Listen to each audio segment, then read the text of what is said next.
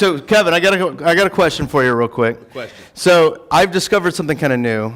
It's almost shameful. Have you ever had any of that the bread with the raisins in it and stuff like that? Like raisin bread? Yeah, the raisin bread. Yes. like It's good if you put a little apple butter. Well, yeah. So yeah, it's pretty good, right? So I just had that. I just had that. So like I was kind of in a bad mood the other day, and Coley was making breakfast for herself, and she had this amazing smell going on in the kitchen, and I was like, "What is that?" And she goes, "It's just raisin bread with that," and it was so good.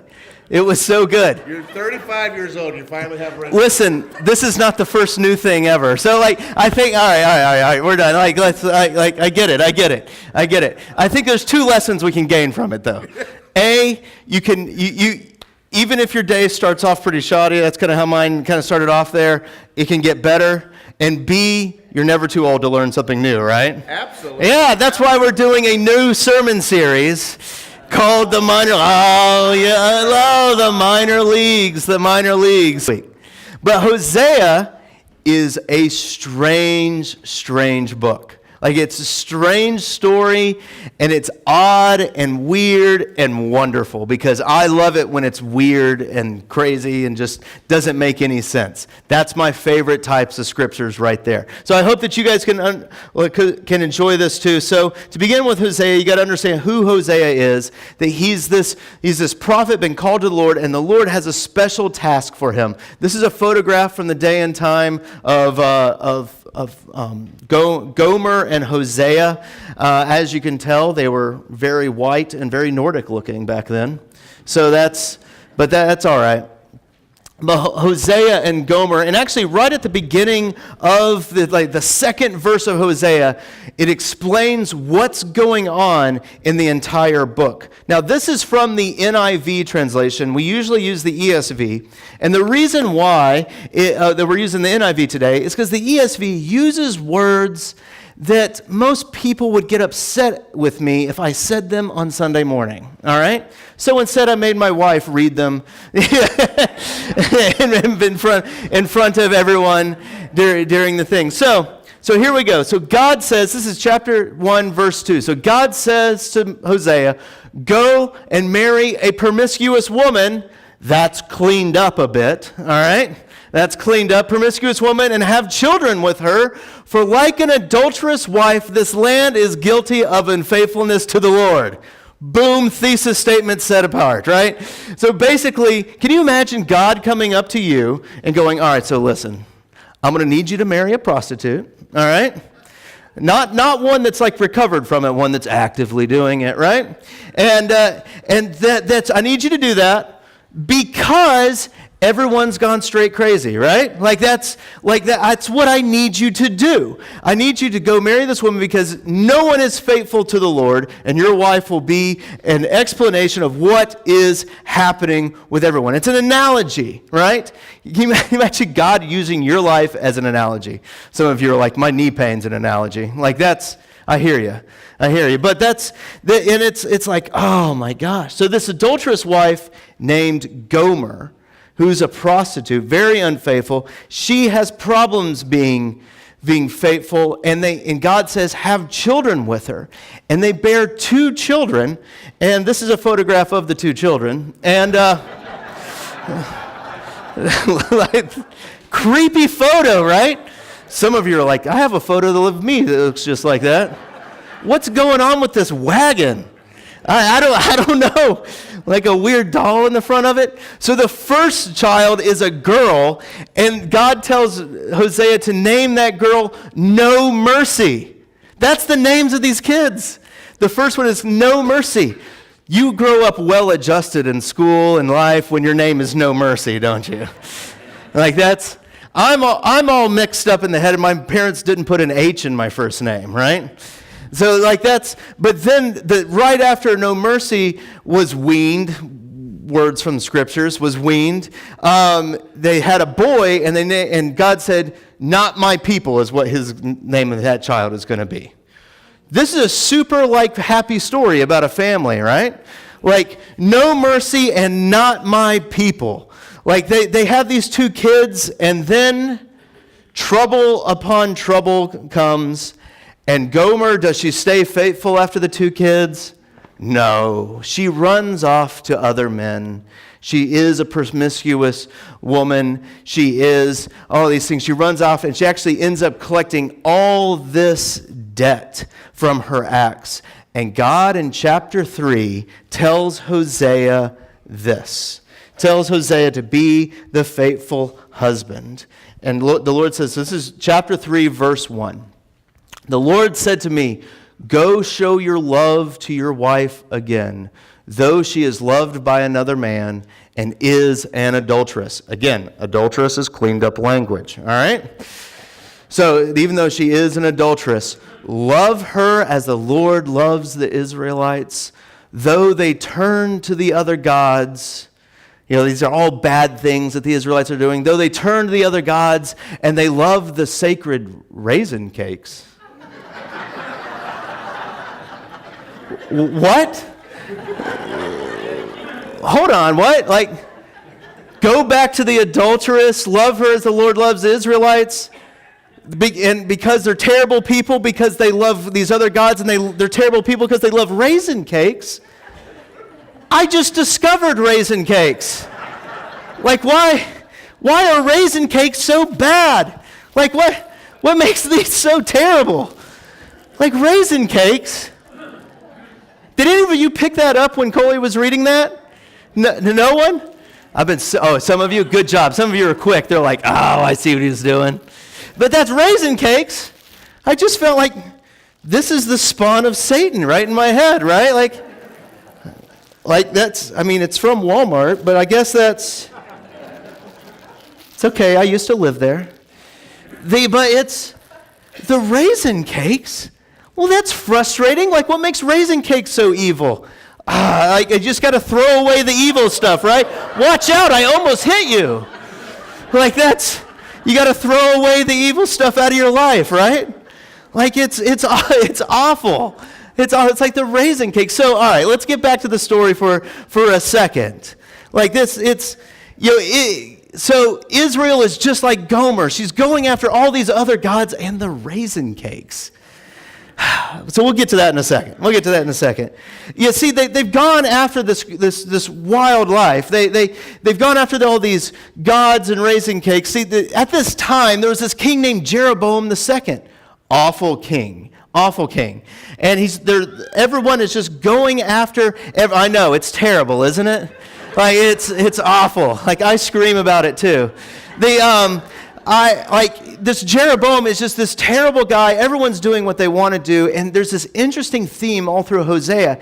He keeps talking about there's this evil wind from the east that is coming in. This evil wind from the east. Now, when I'm riding my bicycle, oftentimes there's an evil wind from the east that I'm having to fight. But there's this evil wind from the east that's coming. He's talking about Assyria there. He's talking about Assyria coming in, and actually, this is very prophetic from the minor prophet, but Assyria ends up actually coming in and demolishing Israel, the northern kingdom. That there's this terrible king, and this is coming up, and then he starts talking about these raisin cakes. Now, we looked up what the raisin cakes were. It doesn't really have to do with the package of cinnamon raisin bread from Walmart there. Like, what it has to do is that they're going after all these other gods. And this raisin cake was something that they would grab from the fruitfulness of the land, and it was an offering to this god. It was Baal, or if you're a good person, you'll do the Hebrew pronunciation, which is Baal. All right? Baal. So it was an offering to this other god, saying, this is the fruitfulness that I have in my life. Thank you, Baal, for this great fruitfulness. So they loved their raisin cakes. They loved the fruitfulness of their lives over and above what God has given them. God, Yahweh, has given them, right? So they have these things. So here's the first question that we have for you today. What are the raisin breads in your life? Because remember, these things are the fruitfulness that we have in our lives, all of our things that we have in our lives. So what are the fruitful things that you have in your life? Is it your 401k? Is it your car? Is it your family? Is it your job? Was it your retirement status? What is it? What's the fruitfulness in your life? What are your raisin breads, right? Your raisin cakes. What is the fruitfulness in your life? And are you attributing it to God? Are you attributing it to God? That's the question. And I know we're all Christians in the room, right? We're all Christians and we're like, yeah, I attribute everything to God. Without God, nothing is possible, right? Everything is good. And I'm like, do we really? Do we really? Now, I know that that's just a simple little question, but I think there's a quick little test that kind of works too. That if you were to lose everything right now, be like Job. Remember we went through the story of Job? Job, and you lost your wealth, your house, your status, your life. You lost everything. You lost your family, money. Would you still bless the Lord? Would you still view that as a blessing? Now, that's an oversimplification of all this. That's an oversimplification, but it helps us get to the point of who do you attribute your faithfulness, your fruitfulness to? Who do you attribute your fruitfulness to? Because, man, I oftentimes attribute my fruitfulness to my charisma and winning personality. All right? I have been around people who've attributed their fruitfulness, everything that they have, to their amazing work ethic. You know? I've been around people where they've attributed their fruitfulness to mom and dad's trust fund, right? I've attributed their fruitfulness to all these different things, and I think we all kind of do that. God is saying they're going after their raisin cakes. They love them. They love their fruitfulness, and they love to give homage to the thing that they think actually made them fruitful. They're not attributing it to God anymore. And I think a lot of times we serve our own abilities, our own judgments as the God in our lives. That we run after these other gods. We run after riches. We run after the plans for our lives that we have. I have a friend that once said this. He goes, I was really convicted one day. This guy's a pastor. And he goes, I was really convicted one day when I realized that my entire prayer life was me asking God to bless what I was already doing. And he goes, I didn't know how to rectify that. But he goes, I felt like it was wrong. I felt like, to quote what we're talking about here today, God bless my fruitfulness. Bless the fruit that's already here. Bless what I am doing, Lord. Don't make me go after your way.